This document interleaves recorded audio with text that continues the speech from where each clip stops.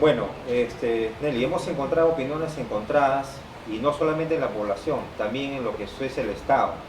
Hay algunos vocales, algunos jueces superiores que ya se han pronunciado de que se les juzgue como adultos. Otros se están pronunciando por reducir la mayoría de edad. Pero hay un tema también que va más allá de lo jurídico, o sea, que es el tema psicológico, el tema de la madurez emocional, como lo han dicho algunos de nuestros encuestados. ¿Cuál es tu opinión? ¿Qué alcance nos podrías dar en tu experiencia, en tu conocimiento, en el ejercicio profesional dentro del campo de la psicología? Bueno, he escuchado diversas opiniones, pero nuestra realidad creo que nos responde, creo que tiene su propia respuesta. Habiendo trabajado 15 años en escuelas públicas de alto riesgo con niños y adolescentes, definitivamente este tema ni siquiera para mí resulta ser polémico. Para mí la respuesta es clara. La sociedad de adultos que venimos formando a estos niños, ahora nos sentamos acá para siempre estar mirando el otro lado de la moneda, cómo seguir castigando a estos chicos. Estos chicos, desde cuando nacieron, desde la familia, desde su primer grupo básico de sobrevivencia, ya fueron castigados. Y nuestra sociedad ahora se sienta, sociedad de adultos, que somos. Estos chicos solamente nos están reflejando a nosotros. Nos sentamos aquí para polemizar y pensar y discutir acerca de si a los 16 años ellos ya pueden ser considerados mayor de edad y sobre todo aplicar penalidades por delitos cometidos a esa edad. Como psicóloga, de haber visto a niños tan pequeños en qué condiciones asisten a esas escuelas, yo más bien estaría acá siendo invitada para de repente pensar en el otro lado de la moneda, que proponer, que alternativas creativas proponer para proteger a nuestros niños, como dice el Código del Niño y el Adolescente, y no para seguir siendo parte de esta sociedad punitiva hacia estos niños que ya fueron castigados desde cuando nacieron. A ver, sí, lo que tú dices, Nelly, es muy interesante y también muy acertado. O sea, habría que proteger al niño, generar las condiciones, ¿correcto?, para que ellos de alguna manera desarrollen mejor como seres humanos a plenitud.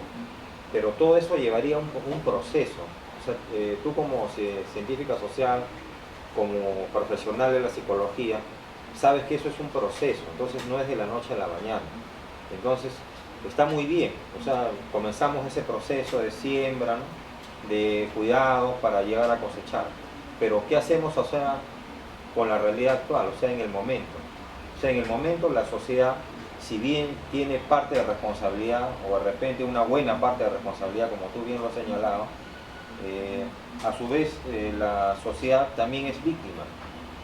O sea, tiene responsabilidad quizás como victimario, pero también es víctima. Entonces vemos día a día adolescentes, menores de edad, que de alguna manera delinquen. Tenemos un caso emblemático, ¿no? Hemos tenido un caso emblemático como el de Gringallo y otros que después lo han seguido. O sea, estamos hablando también del sicariato juvenil, que es cometido por ciudadanos, o no son ciudadanos, sino preciudadanos, que todavía no adquieren la mayoría de edad. Entonces, tú nos estás planteando, nos estás sugiriendo algunas alternativas que pueden contribuir, o sea, a cambiar esa realidad, pero eso es un proceso, o sea, estaríamos hablando de mediano y a largo plazo. Pero yo te pregunto, ¿qué hacer al inmediato plazo? O sea, ¿cómo la sociedad puede de alguna manera, o sea, defenderse de esta amenaza que no va en disminución, sino que por el contrario va en aumento? O sea, ¿qué alternativa tú propondrías como profesional de la psicología? Nuevamente, ¿cómo la sociedad se defiende? La sociedad se defiende, ¿cómo se defiende la sociedad? De su propia obra, porque los chicos son producto de esta sociedad gobierno, familia, iglesia y todos nosotros que estamos sentados acá somos responsables de que cómo es nuestra sociedad. Buscamos ahora, la pregunta es, ¿cómo remediar en forma inmediata? Y dice que todo es un proceso, realmente es un proceso. El desarrollo de la personalidad es un proceso. Estos chicos, hablando de proceso, estos chicos no se han vuelto sicarios ni homicidas de la noche a la mañana. Estos chicos han venido al mundo posiblemente como sanos, como cualquiera de nosotros. Lamentablemente, sus primeras necesidades básicas de supervivencia ni siquiera tuvieron el abrigo familiar desde los inicios. Muchos de ellos ni siquiera nombre propio tienen. Entonces, si hablamos de generalizar, me acabas de mencionar un caso, es un caso, me estás hablando de Ingallo. Discrepo también de llamar emblemático, no sé por qué los medios de comunicación y todos insistimos en llamar casos emblemáticos. Escucho a las autoridades también refiriéndose a casos emblemáticos. Emblemático es algo, pues caramba, que es excelente, que es ejemplar, ¿no? Que vale la pena repetirlo, que los chicos deben seguir.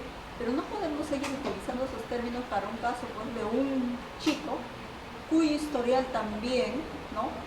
Vuelvo a ubicarme en la realidad. El caso de este chico es tan similar a muchos chicos que cometen homicidios, que cometen faltas graves siendo menores, ¿no? Vienen de hogares abandonados por el padre, por la madre, con padres sustitutos y encima, ¿no? Si hablamos de este chico, ¿no? Tuvo un modelo y directo que lo puso a trabajar a trabajar entre comillas, por supuesto, ¿no? Un tío que era ya líder de una banda delictiva. Entonces, ¿de qué estamos hablando? Estamos hablando, no podemos llamarlo emblemático, es un caso más bien que hay que verlo, ¿no? Hay que atenderlo. Y además nunca es tarde. Y si estamos hablando de medidas inmediatas, ¿qué quiere el adulto inmediato? ¿Y el adulto qué? ¿Acaso los que estamos acá hemos ido de la noche a la mañana, somos lo que somos? Nos consideramos personas de bien, pero si hemos llegado a ser personas de bien, como mucha gente de bien aún existe, ¿no? No hemos ido de la noche a la mañana, hemos tenido la oportunidad, posiblemente. Me siento personalmente muy privilegiada de haber nacido en una familia donde me acogieron, me dieron un nombre, me dieron un techo, me dieron educación, me dieron tolerancia, siguieron con ese proceso mío, ¿no? Entonces, si no, no estaría de repente sentada acá. Dime, ¿tú consideras que actualmente el Estado peruano tiene una política, un plan nacional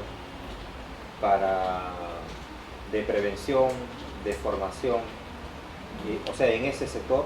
¿O tú piensas, o sea, que el Estado más bien ha retrocedido y no está cumpliendo prácticamente con responsabilidad y eficiencia y eficacia esa, valga la redundancia, esa responsabilidad y esa tutela?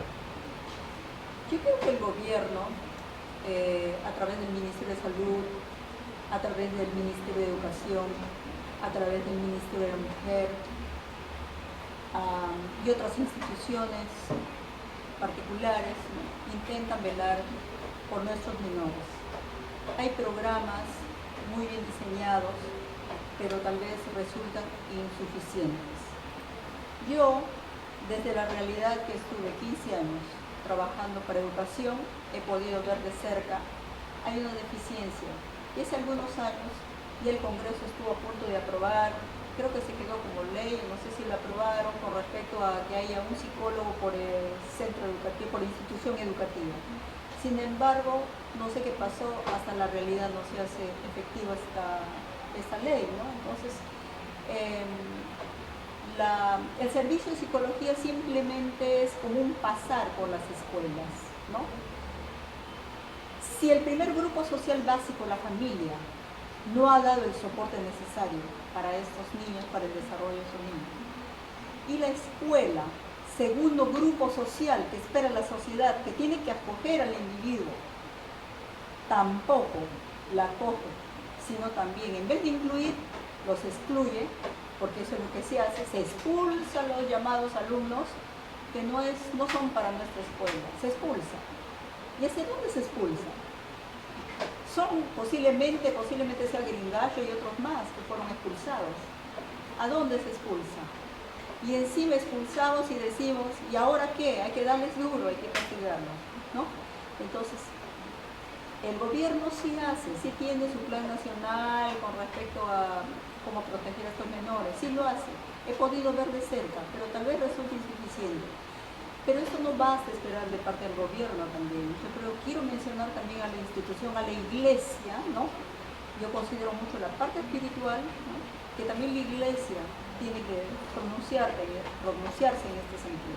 Tú mencionabas, o sea, de que había un proyecto de ley para que haya un psicólogo o psicóloga en cada centro educativo, ¿correcto?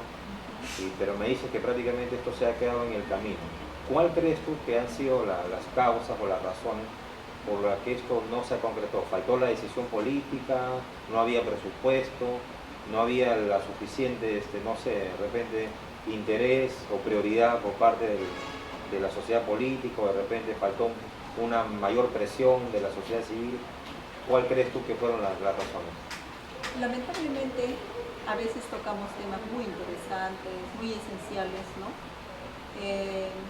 Solamente en algún determinado momento, cuando lo llamamos la situación apremia, cuando se hablaba de bullying, acoso escolar, conflictos entre colegios, ¿no? Eso ya no puede pasar, entre escolares se están peleando, ¿no? Se están haciendo daño. Hace 2 años atrás más o menos, ¿no? Entonces, en ese momento se decía, definitivamente, ¿no? Vamos a corregir esto y vamos a hacer esto. Duró eso esa época y nuevamente no sé qué pasó. Ahora estamos hablando de otro tema sumamente importante que corresponde al menor. Simplemente creo que las cosas a veces se tocan, ¿no? O sea, como que está de moda en el momento, medidas inmediatas ya, ¿no? Pero no se habla realmente de decencia, cómo es que tenemos que comenzar a hacer esas medidas a largo plazo. Comprendo. Dime, viendo otra arista también de este fenómeno social, que tiene que ver mucho con los adolescentes. En el Perú, y esto no es ninguna novedad, no es ningún secreto, ha venido en aumento y permanece todavía el tema de las madres adolescentes. O sea, entonces muchas jovencitas y jovencitos que no terminan de ser hijos y ya prácticamente se convierten en padres. Entonces tenemos un alto índice de precocidad, ¿correcto? En la cuestión sexual y por lo tanto en la cuestión reproductiva, que lamentablemente no va de la mano con una precoz maduración emocional. Entonces, ¿a qué atribuyes tú ese fenómeno social dentro de la deserción también escolar y en fin, otros factores? No sé, nos gustaría escuchar tu opinión en este aspecto, ¿no?, de este fenómeno social. Bueno, respecto al embarazo adolescente también el Instituto Nacional de Estadística e Informática, el Ministerio de Salud, diferentes organismos han hecho estudios, ¿no? Entonces se ve muy relacionado el embarazo adolescente, que está en relación directa con la pobreza, la falta de ir al colegio, los niveles de embarazo adolescente generalmente se dan en los chicos que de repente ya no han tenido oportunidad de ir a la secundaria, sino solamente más se quedaron a nivel primaria, ¿no? Intensificándose esto más en las zonas de Loreto, ¿no? Norte de nuestro país, sierra, y hablándose más a nivel de zonas rurales, ¿no? Pero tiene que ver directamente con los niveles de oportunidades que tienen estos chicos, ¿no? Entonces, yo enfocaría por ahí la falta de oportunidades, la falta de apoyo que tienen estos chicos, la falta de... Claro, la educación está en oportunidades, que es lo más importante. Dime, en los colegios actualmente, donde tú has tenido oportunidad de elaborar, ¿hay una asignatura, hay algún programa de lo que es educación sexual, planificación familiar? ¿O también hay ausencia por parte del Estado, al igual que lo está haciendo con la omisión de profesionales de la psicología en los centros educativos? No, sí hay un curso en el cual involucran como temas, ¿no? Educación sexual, sobre el VIH, cuidados, ¿sí? Sí hay como cursos, pero lo que falta en realidad mirar más allá de estos cursos. Las exigencias a nivel de centro educativo se vuelve cada día más, y yo puedo ver estos últimos años, escuchan políticas educativas para incrementar el nivel académico de los alumnos, ¿no? Solo se está hablando cuántas horas más, ¿no?, se tienen que dedicar a las asignaturas. Sin embargo, se está descuidando una parte muy importante, que es la salud mental, la salud emocional, la orientación de estos niños. Sabemos que la adolescencia es la edad la más proclive, ¿no?, de caer en manos de repente de personas inescrupulosas, por esta búsqueda de orientación, por estas carencias que tienen los chicos, ¿no? Entonces, son presa fácil para eso. Entonces, la pregunta sería, cuando se habla de castigos, más bien, ¿no? ¿No sería más bien de pensar en cómo castigar a estos adultos que manipulan y utilizan a esos menores? Más bien la inquietud no iría más bien hacia ese lado. Sí, mire, lo que tú haces es un buen planteamiento, pero el sistema de alguna manera, o sea, está conformado que la socialización pues se da en el colegio, en la escuela, también en la familia, y ya prácticamente por extensión en la sociedad, ¿no? Los padres pues envían a sus hijos a la escuela para que comiencen el proceso de socialización, esperando de que ellos se instauren conceptualmente las reglas del buen convivir en la sociedad, ¿no? Entonces, eso es una herencia prácticamente pues de la revolución o de la etapa postindustrial, ¿no? Y entonces ya el esquema está dado, pero el tema es, tú has mencionado varias falencias o ausencias o deficiencias por parte del Estado peruano. Una de ellas es que no se aprobó esta ley para que haya profesionales de la psicología en los centros educativos. Acabas de mencionar otra, que si bien hay una asignatura de planificación familiar, por lo que tú nos has escrito, daría la impresión de que solamente se está cumpliendo con un formalismo, con un ritual, o sea, con cumplir la cuestión académica, la cuestión teórica, ¿no? Pero la exigencia es muy pobre. Entonces, ¿cuál crees tú que sería otra alternativa que sea de alguna manera extracurricular? Porque quisiera también tocar otro tema contigo que es de mucha trascendencia, que de alguna u otra manera afecta, a veces directa o indirectamente, a esta realidad del niño, del adolescente en el Perú, que es las redes sociales. Entonces las redes sociales muchas veces, o sea, hacen o tienen más ecos que la propia familia, que el propio hogar o que la propia escuela. Y a veces, y no siempre de una manera positiva, porque hemos visto muchos casos, ¿no?, con consecuencias lamentables. Entonces, no sé, la interrogante que yo te hago en este momento tiene dos partes, ¿no? O sea, ¿qué alternativa se podría implementar de manera extracurricular? Y por otro lado, el tema de las redes sociales. A nivel extracurricular se habrían, siendo la escuela un segundo grupo social de protección para el menor, por lo menos que allí encontraran personas, no sé si llamarse psicólogos, no sé si preparar a los docentes, ¿no?, para escuchar a estos adolescentes, o crear espacios para consejeros. Yo miro por aquí, porque los chicos tienen mucha ansia, mucha demanda de ser escuchados. ¿Quién los escucha? Muchas veces los escuchan, ¿no?, los chicos más bien de una pandilla, los chicos de afuera, las chicas también, o sea, o los escuchan también, lo que acabas de mencionar también, a través de las redes, ¿no? Los chicos muchas veces ahora están en casa, ¿no?, simplemente comunicándose a través de redes, ya ni siquiera en contacto personal, cada vez con esto. Pero no es que la falla sea las redes sociales, ni que la falla sea el internet, ni la informática, ¿no? Eso no es la falla. La falla está quienes pueden ayudar, ¿no?, a educar, a enseñar sobre el manejo de todo esto, a dosificar el tiempo, ¿no? ¿Quiénes? Padres, sustitutos menores, tal vez la escuela, Entonces hay que poner el hombro por donde vamos, todos y cada uno de nosotros. Tú mencionabas hace un momento al comienzo de la entrevista, o sea, que los adultos, los padres de familia, o sea, tienen una responsabilidad, una gran responsabilidad o una buena parte de la responsabilidad de que lo que nosotros estamos viviendo ahora, de esta nueva generación.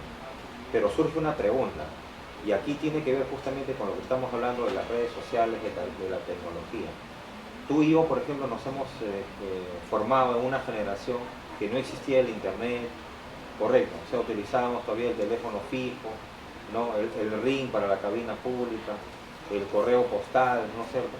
Pero ahora la información o la desinformación fluye muy rápido y la tecnología, el internet, la globalización, las redes sociales, queramos o no, nos guste o no nos guste, o nos disguste, ha creado un abismo, porque hay un salto generacional en cuanto al tema de comunicación entre las generaciones pasadas y las generaciones actuales.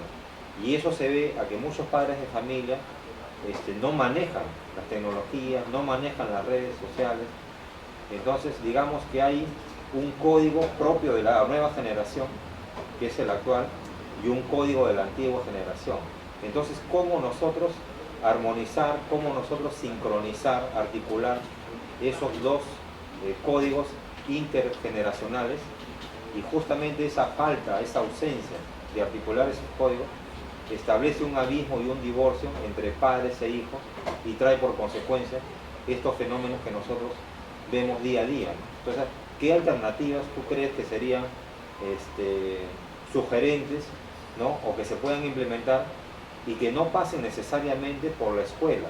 Porque con nosotros, cuando hablamos de escuela y sobre todo el sector público, somos conscientes de que hay carencias, y esas carencias no solamente pasan por un aspecto logístico, pasan también por un aspecto de factor humano, que no necesariamente es agrede, sino que es parte de la coyuntura del propio sistema. No sé qué nos podrías comentar al respecto. El divorcio o el quiebre generacional que mencionas no es que lo haya hecho el internet y la globalización. Hemos sido nosotros, los adultos, porque no llamar así, los responsables de este quiebre. Al no acercarnos a nuestros hijos, al no crear lazos de comunicación con ellos van a buscar, ¿no? Ellos van a buscar otros medios a través de qué comunicarse con alguien, con quien sea, no importa.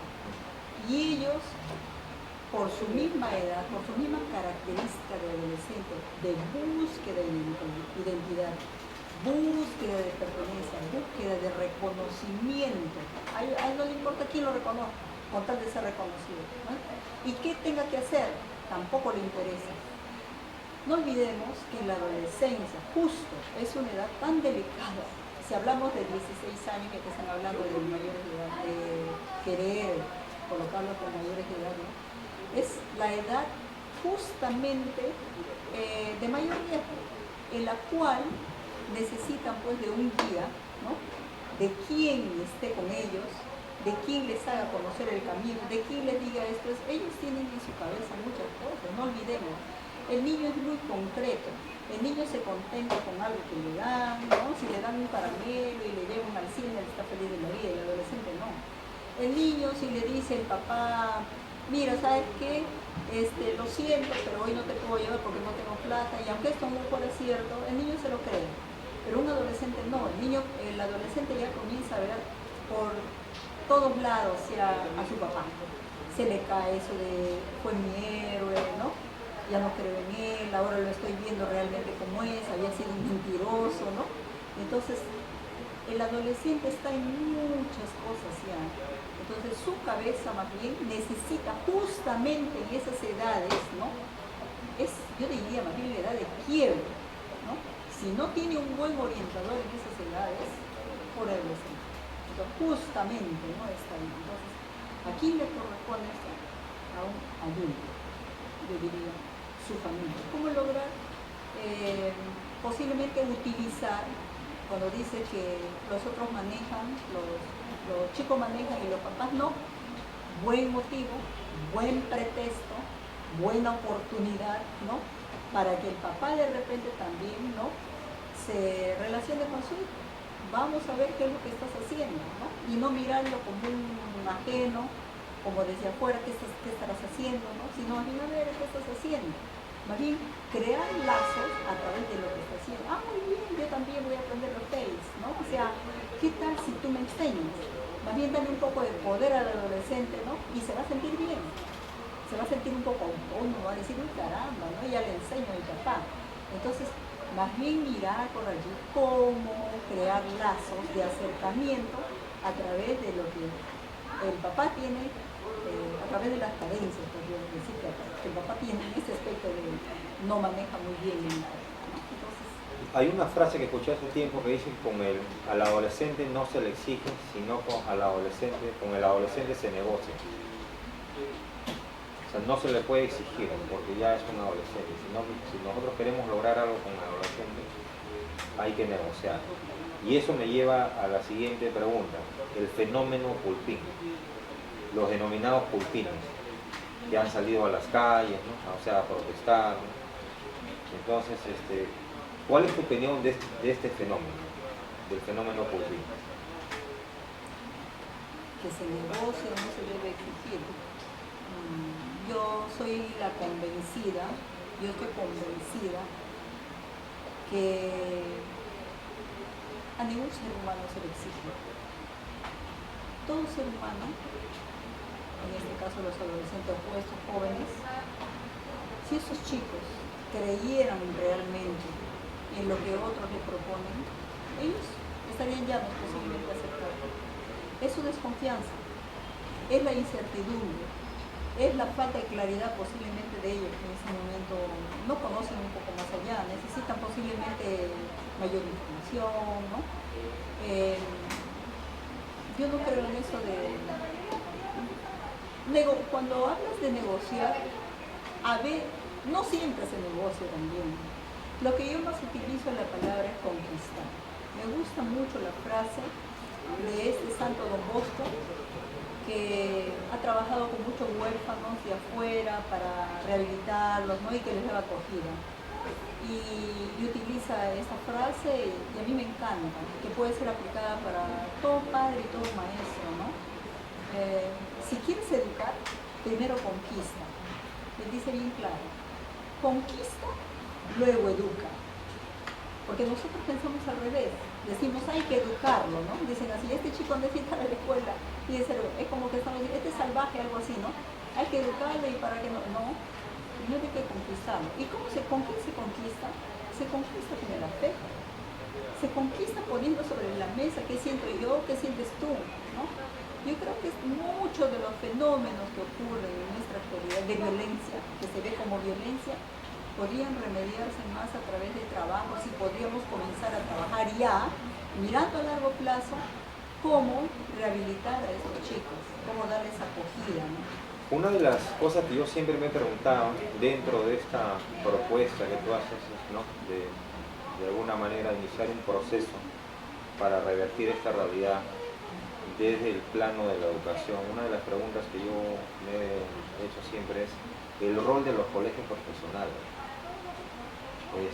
Quisiera que nos comentes, tú eres psicóloga, si el colegio de psicólogos en Perú o el colegio de psicólogos en Lima, no sé la verdad, últimamente ha asumido alguna posición o viene desarrollándose alguna propuesta como institución frente a estos fenómenos que se presentan, porque yo hace tiempo escuché en una entrevista que le hicieron, me parece que fue a uno de los ya ex decanos del Colegio de Sociólogos, que la sociedad peruana era una sociedad enferma, porque tenía atisbos o ratos prácticamente de baja autoestima, de depresión, de falta de confianza en sí mismo. Entonces, no sé si tú tienes conocimiento de alguna labor, alguna propuesta que esté impulsando el colegio profesional al cual tú perteneces. Tal vez primero quisiera hacer alusión a lo que acabas de mencionar, como un diagnóstico que acabas de decir, ¿no? ¿Cómo estamos en realidad? Sí, posiblemente estamos con baja autoestima, estamos deprimidos, Si estamos así, con baja autoestima, si estamos deprimidos, posiblemente estamos agresivos, estamos violentos, ¿no? Y es lo que se está reflejando ahora en nuestra sociedad. Y si estamos así, y si estando así, lo está diciendo una autoridad del Colegio de Psicólogos del Perú, y si me está diciendo eso, estamos pensando en qué medidas punitivas más hacer, entonces ¿qué? Intentamos que acabar ya con la autoestima, ya de una vez a rematar a este ser humano que está enfermo. ¿Qué necesita? Sanar. Yo apuesto por fomentar programas y planes de la salud mental en nuestro país. ¿Tú tienes conocimiento de cuánto es el presupuesto que asigna el Estado a la salud mental en nuestro país? Te hago esta pregunta porque una vez se pasó un reportaje en la televisión de que, por ejemplo, en nosocomios de salud mental había muchas carencias. A veces, o creo que hasta ahora, los galenos de la salud mental no quieren prácticamente ni recibir más pacientes. Entonces, ¿tienes tú un alcance, alguna información? Porque se habla mucho de que el Perú, a nivel de Latinoamérica y en comparación con otros países, es uno de los países que invierte menos en el tema de educación, de todo su PBI, ¿no? O sea, es el que menos, destina para el tema de la educación.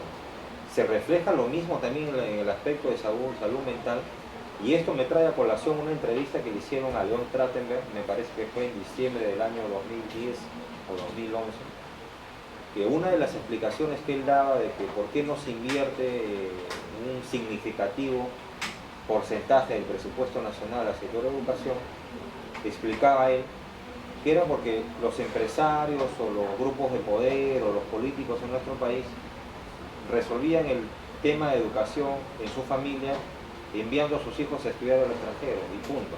O sea, para ellos ya estaba solucionado ahí el tema de educación. Entonces por eso es que ellos no les interesaba mucho hacer una inversión significativa en el tema de educación, ¿no? Y eso pasa pues por lo que nosotros hemos conversado, ¿no? De psicólogos en centros educativos, ¿correcto? De mayor logística, de mayor recurso humano, etcétera, etcétera. Pero en cuanto a la salud mental, digamos, el Estado también, digamos, que ha retrocedido en esa parte. O sea, ¿tú qué piensas al respecto? Bueno, exactamente no podría responder esa pregunta con cifras así tan exactas, cuál es la inversión, ¿no? Pero sí, de acuerdo al presupuesto, cuando uno revisa, ¿no? O sea, siempre son bajos en educación de salud. Entonces, debería apuntalar hacia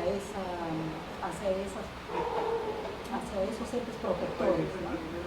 De qué hacer en salud, qué hacer en educación, incrementar posiblemente el presupuesto, pero también me gustó lo que mencionaste en algún momento, sin dejar de mirar los recursos humanos, ¿no? No solamente se trata de elaborar leyes tras leyes, porque muchas de las leyes que se han pasado horas y horas en el Congreso de elaborarla, a las finales ni se aplicaron siquiera, ¿no? Entonces, yo creo que hay que velar hay que cuidar mucho nuestros recursos humanos, ¿no? O sea, debemos comenzar por ahí, por las familias. No podemos dejar a las familias desamparadas. Las familias no pueden sentirse solas como se sienten ahora, ¿no? Entonces, no pueden sentirse excluidos. Cuando tú dices, un determinado sector de líderes políticos de acá se cuidan, por decir de acá, ¿no? Entre comillas se cuidan, enviando a su gente afuera, ¿no? Y quedando nosotros acá, siempre se está utilizando, como dicen nosotros y ellos no, sálvese quien pueda, ¿no? Incluir, excluir, ¿no? Entonces no se trata de eso, ¿no? O sea, eso no es mirar por nuestro país, eso es mirar solamente nuestro individualismo, mirar solamente por lo nuestro. Y nuestra sociedad no es eso. La sociedad somos todos, eres tú, soy yo, la señorita, o sea, somos todos. Claro, mira, tú estás tocando un concepto muy importante del individualismo. Entonces, tú hablabas de la familia, que el padre, tiene que acercarse, ¿no? A pesar de las distancias que trata de poner la tecnología como el internet. Pero mira, yo he observado que en algunas familias, por ejemplo, están todos, está la mamá, el papá, el hijo, la hija, el tío de repente, o también el sobrino, y está en el mismo espacio físico dentro del hogar, pero cada uno está con su computadora, el otro está con su iPad, el otro está con sus oídos tapados con los audífonos, la mamá está de repente viendo la telenovela. Entonces tenemos una familia atomizada. Entonces, como tú bien dices, la tecnología no tiene la culpa, o parafraseando una frase de Eduardo Galeano, que acaba de fallecer hace poco, el autor de Las Venas Abiertas de Latinoamérica, él decía, pues la culpa nunca es del cuchillo, sino de la mano que lo empuña. Entonces, haciendo una analogía, bueno, ahí la culpa no la tiene la tecnología, pero la realidad es esa. O sea, tenemos familias que están tan inmersas, o sea, tan imbuidas en el aspecto tecnológico y tan distanciadas en el aspecto emocional, ¿no? O sea, cada una está prácticamente en lo suyo. Entonces, ese aspecto también es un fenómeno que se da, ¿no? Yo tuve la oportunidad de trabajar el año pasado por una empresa privada y tenía un compañero de trabajo que ganaba muy bien, o sea, tenía una vida muy holgada, muy buenas comodidades, algo de 3 automóviles, pero resulta que pedía permiso ya frecuentemente porque su niño lo tenía que llevar al psicólogo. ¿Y por qué lo tenía que llevar al psicólogo? Porque el niño no almorzaba con él ni con la mamá. Y cuando estaba solo, sencillamente no almorzaba. Y eso ya prácticamente trajo ya un aspecto de depresión, creo que hasta de repente fue víctima de bullying, bueno, no sé, no recuerdo bien. Entonces, a nivel micro, ¿cómo revertir eso? O sea, porque estamos hablando en este caso de una familia de clase media. No estamos hablando pues de una familia no de clase C, D, ¿no?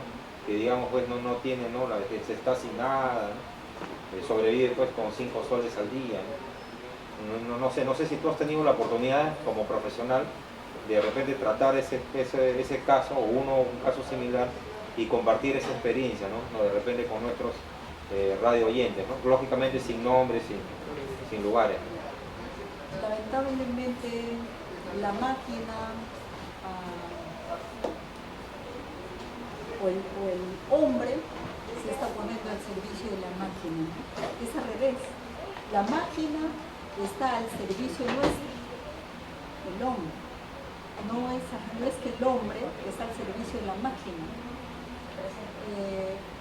Como terapeuta de familia he podido ver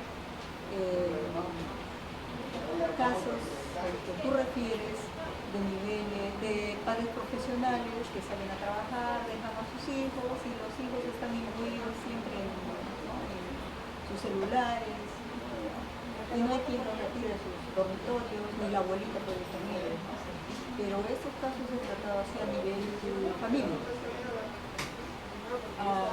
donde poco a poco, ¿no? A veces no se quieren los procesos, a veces se quieren las medidas rápidas, las cosas no son así tan rápidas.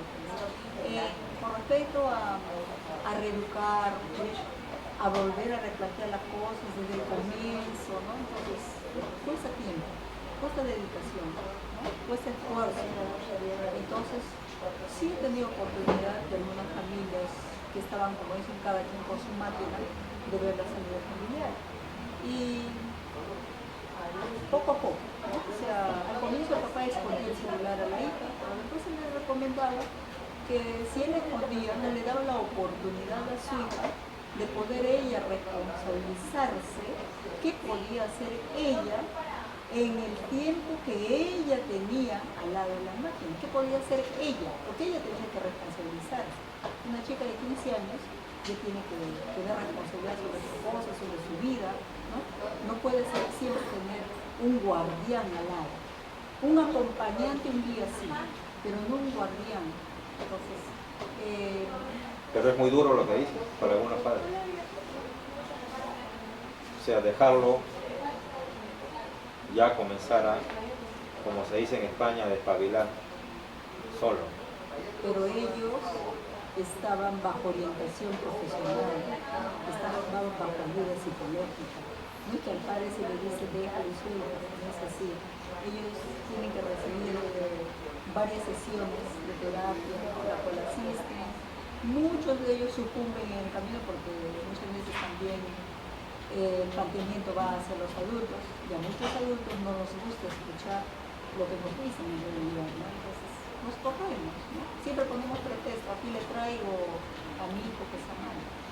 Entonces, quisiera tocar un punto importante de lo que acabas de decir. A muchos adultos no les gusta, o sea, no les agrada escuchar, no sé si será la verdad o si será la realidad, ¿no? Cómo es la vida y sobre todo viniendo de un profesional. Y has tocado un punto importante, la escuela para padres. En el Perú actualmente se viene trabajando el Estado peruano, escuela para padres, porque yo he tenido la oportunidad de escuchar que hay escuelas para padres promovidas por la iglesia, promovidas también por a veces por algunas ONGs o asociaciones, pero digamos pues que son como lunares, ¿no? Dentro de un mar o de un desierto. Para que se dé ese proceso que tú estabas mencionando al principio de la entrevista y para que dé frutos, yo al menos lo que te he entendido es que tiene que venir por un lado el trabajo en cuanto a los adolescentes, pero también tiene que venir el trabajo desde la otra acera para los padres, porque si no prácticamente de nada serviría. Entonces, si es así, el Estado, actualmente hay alguna política hasta donde tú tienes conocimiento en lo que es escuela para padres, más aún cuando al principio de la entrevista yo también te decía que hay muchos jóvenes que no han terminado de ser hijos y ya se convierten en padres. O sea, tenemos padres precoces, tenemos abuelos precoces, o sea, padres de familia que no han terminado de formar a sus hijos y ya prácticamente tienen que comenzar de alguna manera a asesorar o a apoyar para la crianza de los nietos. Entonces, no, o sea, es un esquema bien complejo, ¿no?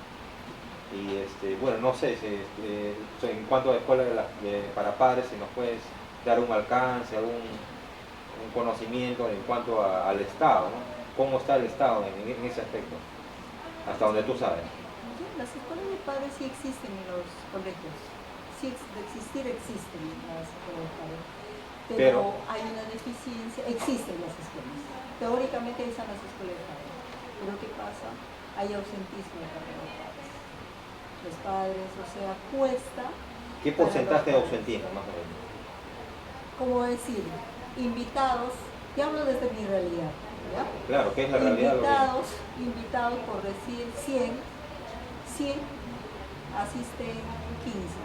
Eso es preocupante. Ya, una propuesta.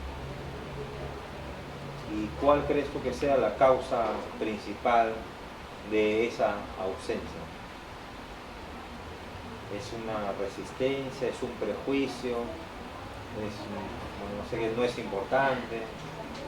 ¿Es la cuestión de baja autoestima? No toman en serio su responsabilidad como padres. No toman en serio. Ellos creen, solamente se han quedado con el pensamiento de con tal de mandar a la escuela a mi hijo, asunto solucionado. Y lo que te voy a exigir solamente son buenas notas. Con tal que me traiga buenas notas, el resto a mí no me preocupa. Y un momentito, eso es solamente un lado de nuestra personalidad, una parte, la parte académica es solamente un lado, ¿no? No puede interesarnos solamente que nos traiga buenas notas, porque también según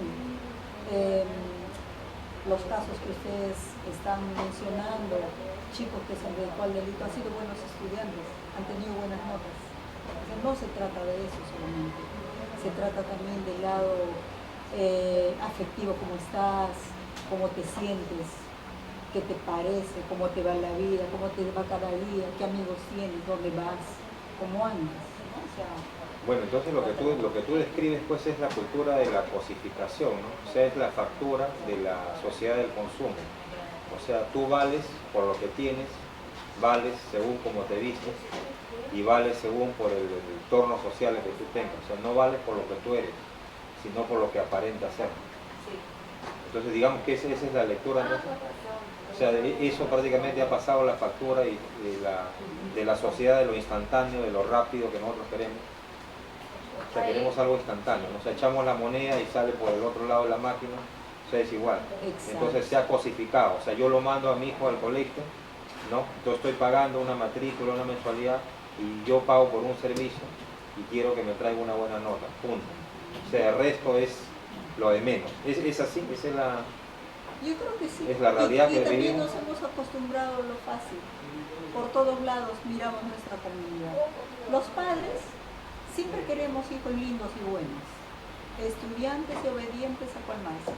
Los maestros queremos que nuestros alumnos todos sean A, y eso no es nuestra realidad. Todas las personas no somos mejores ni peores, solamente somos diferentes. Un niño tiene mayor habilidad para aprender más rápido una asignatura, posiblemente otro chico sea más trome para aprender danzas, ¿no? Solamente está en descubrir habilidades. Entonces, las cosas no son tan fáciles ni rápidas como a veces buscamos, como tú dices, echar una moneda y que nos salga la cosa ya rápido de la máquina. Los seres humanos no somos máquinas, más bien en esos tiempos hay mucha preocupación de llegar a convertirnos en máquinas, ¿no? Porque estamos un poco perdiendo la sensibilidad por nuestros semejantes. Estamos queriendo ser primitivos, solamente estamos pensando en eso, cómo aplicarle la ley, cómo aplicarle el garrote, ¿no?